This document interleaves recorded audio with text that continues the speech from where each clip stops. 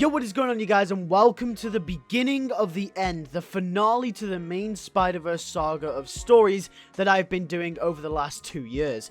This is it. All the way from Spectacular Spider-Man Season 3 to the Amazing Spider-Man Sinister Six. We are here. Morlun finally showed his face at the end of the Sinister Six movie, and it is time. At the end of every Spider-Man and Woman's solo journey, we either saw Madam Web or, in Andrew Garfield's Spider-Man's case, Morlun. And it is time for the final big event, the culmination. If you have not seen any of the other fan-made stories before this, I highly recommend you go and watch some of them to be up to date on what is happening and the stories that we are following. That includes the Ultimate Spider-Man / Spectacular Spider-Man / Mayday Parker continuation stories, Tobey Maguire's Spider-Man 4 to 6, and Andrew Garfield's Spider-Man rewrite and continuation. But if you have not already, make sure to hit that subscribe button and make sure to hit the bell next to the subscribe button to not miss any more content like this in the future, and to not miss part 2 and 3 to the Spider-Verse saga. And with that being said, let's do this. What a live-action Spider-Verse should be, part 1.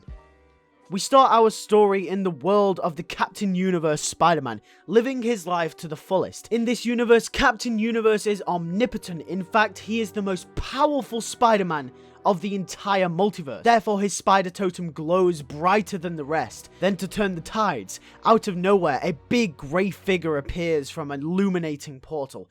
Captain Universe is baffled. The big grey figure says it's time for the feast to begin. As he attacks Captain Universe, he is caught off guard by how strong this being is. Captain Universe is a god, and no one has ever challenged his presence before now. When asking, "Who are you?" the grey figure reveals himself as Morlun. After a close fight, Morlun gets Captain Universe down and weak. Morlun says that he's gonna kill him, but not just yet. Just before Captain Universe can ask what he means, Morlun will suck the life force from Captain Universe, collecting his spider totem in a small glass container, like a trophy. This scene was to show Morlun's power. He has just taken down the most powerful spider person in the entire multiverse, showing how powerful and trained he has become.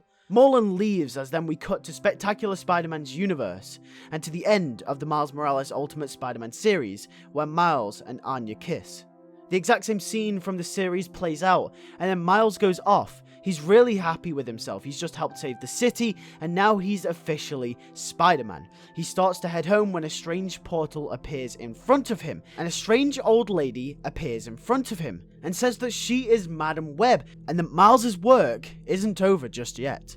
Miles looks confused at what's going on, and Madam Web tells him that a threat is coming. A big threat is coming, and it's not just universal, but multiversal. Miles is baffled. Multiversal? He only just got to become a friendly neighborhood Spider-Man, he'll say. But Madam Web says there is no time, and he has to step up to the challenge, or else every Spider-Man and woman's life will perish. This confuses Miles even more. Madam Web says that she'll explain later, but he needs to come with her now. Miles doesn't trust her at first, but then Madam Web shows him the multiverse through a projection. Miles can see different Spider-Men. We see 2099, we see Spider-Gwen, a world where Anya is Spider-Woman. We see 616, the Ultimate Universe, we see MTV Spider-Man, we see the MCU, and we see many, many more. Miles decides that she might be legit, and decides to follow in the end. We then get a scene where Madam Web explains on her Earth the situation to Miles. She explains that Morlun, someone known as an inheritor from Earth 0, is hunting all the Spider-Men and women of the multiverse down and taking their life forces. Miles asks how she knows this, and who the hell is Morlun? Madam Web explains that spider people have a strong influx of power called a spider totem. Some Earths have more than one, just like the Earth that Miles is from, and Madam Web can measure these totems across the multiverse. She tells Miles that recently there has been a spike in totem loss, however she passed it off as just Spider-Men and women dying from natural universal causes, like in a fight with a supervillain, which happens every day to at least someone in the multiverse. But then, however, a certain spider totem went missing that made Madam Web questioned the reality of the situation. Miles asks what totem this was, and then Web says that it was someone called Captain Universe's totem that went missing yesterday, who, by the way, was the most powerful and omnipotent Spider-Man in the entire multiverse, and that, along with the spike in totem losses, led to Madam Web to do some digging. She searched across the multiverse until stumbling upon a battle between Morlun and a Spider-Man of a different world. She tells Miles that she watched him tear the life force from the world's Spider-Man and take the totem. Morlun is collecting these spider totems, but for what reason Madam Web does not know. She is certain of one thing though, that her along with Miles have to band together a group of remaining Spider-Men and women to defeat Morlun and free the totems. Miles has been thrown in the deep end. This scene mainly is for exposition only. I know it's quite clunky, but it'll be used to set the stage and get the audience to understand the vicinity of the situation. We then get a personal scene with Miles and we catch up with his character as he sits down and reflects on everything that has just happened and what is going on. He thinks back to Peter Parker and the mentor, almost fatherly-like relationship he had with him. Miles is now his own Spider-Man, but he had to take it slowly. But because he's been thrown into the deep end, he feels overwhelmed. Miles starts to feel like he needs that guidance to help him. After all, he's just still a kid. He tries to think back to what the spectacular Spider-Man would do, but he doesn't believe in himself. Spectacular Peter Parker was a legend of the scene, possibly one of the best Spider-Men to ever exist. Miles doesn't believe he could ever achieve what he did. He starts to doubt himself, and that's where Miles' story arc of the Spider-Verse really starts to take shape.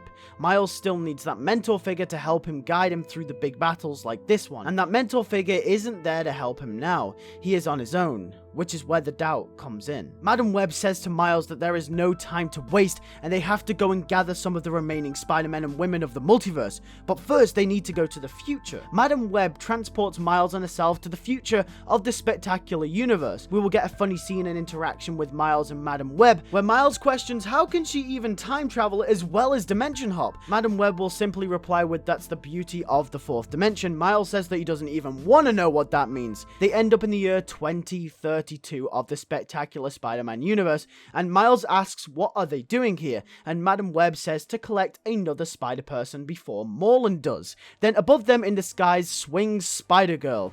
Miles is in shock. He couldn't believe what he was seeing. Madam Web says that it could perhaps be a familiar face. But before they could follow, Miles hears sirens in the distance. Madam Web says to ignore that. Miles rejects it and says that he has to help. It's his responsibility as Spider-Man, once again leaning back on what spectacular Spider-Man Peter Parker told him. Web tries to stop him, but he's already gone. Miles swings to the scene and it's a robbery taking place. Miles stops it by taking out the thugs. Then the cops arrive on the scene and then tell Miles that they haven't seen him in a while and it's good to have him back. Miles is really confused. He was about to ask why before Madam Web pulls him aside. Web says that's exactly why I told you not to get involved, and Miles questions why. And Web says that because they're in the future, this could affect his reality. The same version of himself still exists within this universe. She says you can't know too much about your own future. Miles responds quirkily by saying that sounds like that one movie MJ said Peter was always obsessed with. However, they carry on to try and find the mysterious Spider-Girl. We then cut to Mayday Parker, who lands on a building and goes through the top hatch into her brand new apartment that she got after she moved out at the end of Spectacular Spider-Girl. She then takes her mask off and then Madam Web and Miles appear in front of her. She is freaked out at first but then recognizes Miles. Miles is also confused. We have a funny scene where Miles says that he only just saw her as a baby a couple of days ago. However, Madam Web interrupts before they can say anything else as she explains the situation and says that Miles and herself need Mayday's help as a big threat is coming. She explains everything she did to Miles about Morlun and that they are from the past. Mayday is confused but decides she must go along with it. However, she isn't as trusting to Madam Web as Miles was at first. Miles and Mayday will relate to each other the most here, as Mayday is kind of put in the same sort of situation to Miles, except Mayday is less likely to trust someone as much as Miles because of what happened in the Spectacular Spider-Girl when her best friend betrayed her. Her arc for the Spider-Verse starts here as she needs to learn to trust again, to believe in others around her, but she goes with them anyway as the situation is explained to her. Miles and Mayday go off with Madam Web, and Miles asks where they're going next, whilst Mayday gets to grips with it all. Madam Web says that they're heading to a familiar universe, not far from theirs, but in a world in which can be seen as very different also. Something quite amazing.